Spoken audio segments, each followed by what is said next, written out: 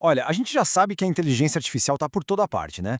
Mas e se ela pudesse fazer mais do que só usar o que já vem de fábrica? É exatamente isso que a gente vai ver. Vamos falar do Protocolo de Contexto de Modelo, o MCP. Basicamente, é um padrão aberto que está dando superpoderes para o Amazon Q, ensinando ele a usar qualquer ferramenta de qualquer lugar. Bora entender como essa mágica funciona?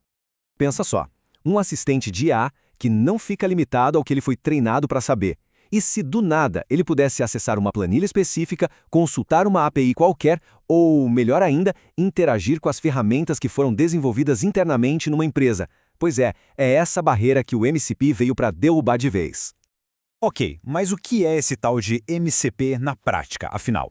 A melhor analogia é pensar nele como se fosse um tradutor universal para IA.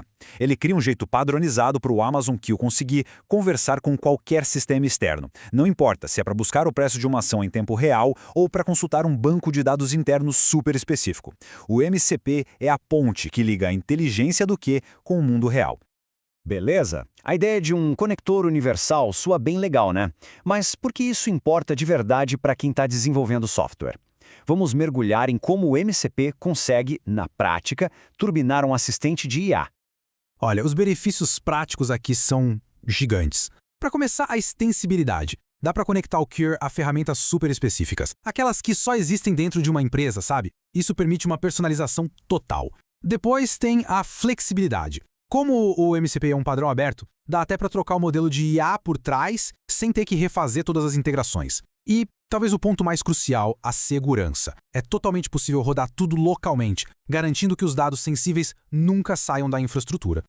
Tá, os benefícios ficaram bem claros, mas como é que essa mágica toda acontece por debaixo dos panos? Vamos dar uma olhada mais de perto na arquitetura do MCP para entender como ele faz essa conexão entre o Amazon Q e as ferramentas externas. Então, a arquitetura é até que bem simples, na verdade. É baseada naquele modelo clássico de cliente-servidor. Para facilitar, pensa assim. O host, que no caso é o Amazon Q, é quem tem a pergunta. O cliente MCP é tipo mensageiro, que leva o pedido. O servidor MCP é o especialista, quem sabe exatamente como usar a ferramenta certa. E a fonte de dados? Bom, essa é a caixa de ferramentas onde tudo acontece. E o fluxo de comunicação? Super direto, sem complicação. Funciona assim. Alguém faz uma pergunta para o Amazon Q. O Q, bem esperto, identifica qual ferramenta precisa e chama o servidor MCP responsável por ela. Aí o servidor faz todo o trabalho pesado, sabe? Seja consultar uma API, ler um arquivo, o que for. E no final, ele devolve a resposta prontinha para o Q, que entrega de volta para quem perguntou. Simples, rápido e muito eficiente. Ok, vamos para a parte prática então. Para configurar tudo isso, existem basicamente dois caminhos, dependendo do estilo de cada um. Dá para usar a boa e velha linha de comando, a CLI, ou fazer tudo de um jeito mais visual, direto no ambiente de desenvolvimento, na IDE. Para quem é do time do terminal, o gerenciamento é super direto. Com o QChat MCP Add, a gente registra um novo servidor. Com o List, dá para conferir todos que estão ativos, e o comando Status é uma mão na roda para checar se uma conexão está funcionando direitinho antes de sair usando. É ter o controle total ali, na ponta dos dedos.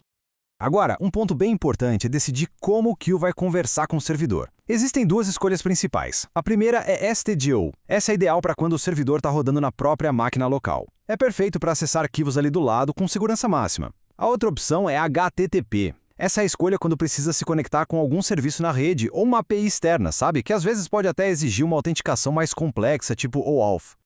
Se a escolha for por HTTP, configurar isso pela IDE é bem tranquilo, super visual. O processo é basicamente abrir a tela de configuração, clicar para adicionar um servidor novo, e aí é só preencher os campos. Coloca o nome, a URL do servidor, adiciona algum cabeçalho de autenticação se for necessário, e pronto, salva. O último passo, claro, é definir as permissões para dizer exatamente o que aquela ferramenta pode ou não fazer. E para um servidor local via STDI, o processo é bem parecido, na verdade. A grande diferença é que, em vez de colocar uma URL, a gente informa o comando exato que inicia o servidor na máquina local. É como se a gente dissesse porque aqui olha, para usar essa ferramenta aqui, você tem que executar este programa. Depois disso, a parte de salvar e configurar as permissões é igualzinha. Beleza, então a infraestrutura está toda montada. Agora vem a parte mais legal, como a gente usa isso no dia a dia. Vamos ver como a interação com as ferramentas e os prompts que o MCP oferece. Mas afinal, o que é exatamente uma ferramenta nesse contexto? Bom, pense nela como uma habilidade nova, uma skill específica que o Amazon Q aprende. Pode ser a habilidade de ler o último relatório de vendas que está num arquivo local ou de buscar a previsão do tempo numa API da internet. Cada ferramenta é, na prática, uma nova ação que o Q passa a saber como executar. E como se usam essas novas habilidades? A flexibilidade é total. Dá para pedir em linguagem natural mesmo, algo como resuma o documento X, e o Q vai ser inteligente o suficiente para escolher a ferramenta certa. Se a ideia for ter mais controle, dá para chamar a ferramenta direto pelo nome.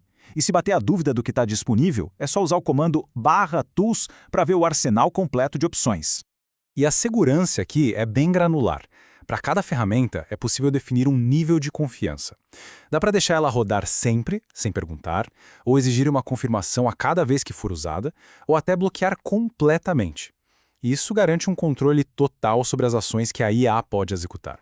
Além das ferramentas que são tipo ações pontuais, existem também os prompts. A melhor forma de pensar neles é como se fossem receitas de bolo ou atalhos para tarefas mais complexas. São modelos já prontos que guiam o Q num fluxo de trabalho que tem vários passos. Isso economiza um tempo danado e garante que a tarefa saia do jeito certo. E usar um prompt é super rápido. O comando /prompts mostra todas as opções disponíveis. Para executar, é só usar o @, seguido do nome do prompt e os argumentos, como no exemplo, @fetch e uma URL. É um jeito bem estruturado e muito eficiente de automatizar tarefas que se repetem sempre. Olha, dar superpoderes para uma IA é incrível, mas a gente sabe, né? Com grandes poderes vem grandes responsabilidades. Por isso, segurança é um ponto que não dá para ignorar. Vamos passar pelas melhores práticas para garantir que o uso do MCP seja sempre seguro. O modelo de segurança do MCP se opõe em alguns pilares bem sólidos. Primeiro, permissão explícita. Nada, absolutamente nada, roda sem consentimento prévio. Segundo, execução local por padrão. Os dados ficam onde devem ficar. Terceiro, isolamento. Cada servidor roda no seu próprio cantinho, num processo separado. E por último, transparência total. Dá para saber exatamente quais ferramentas estão instaladas e o que cada uma faz. E, para fechar, aquele checklist básico de segurança.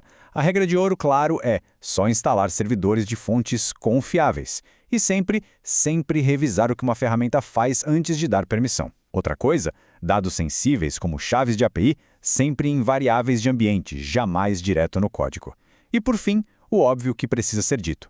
Manter tudo sempre atualizado. São práticas bem simples, mas que fazem uma diferença enorme. E tudo isso nos leva a uma reflexão final, né? Agora que um assistente de IA pode ser estendido, que ele não tem mais limites, a pergunta que fica é: qual vai ser a primeira ferramenta personalizada a ser criada para resolver aquele problema específico, aquela dor do dia a dia? As possibilidades de verdade são infinitas. Valeu por acompanhar a gente nessa análise.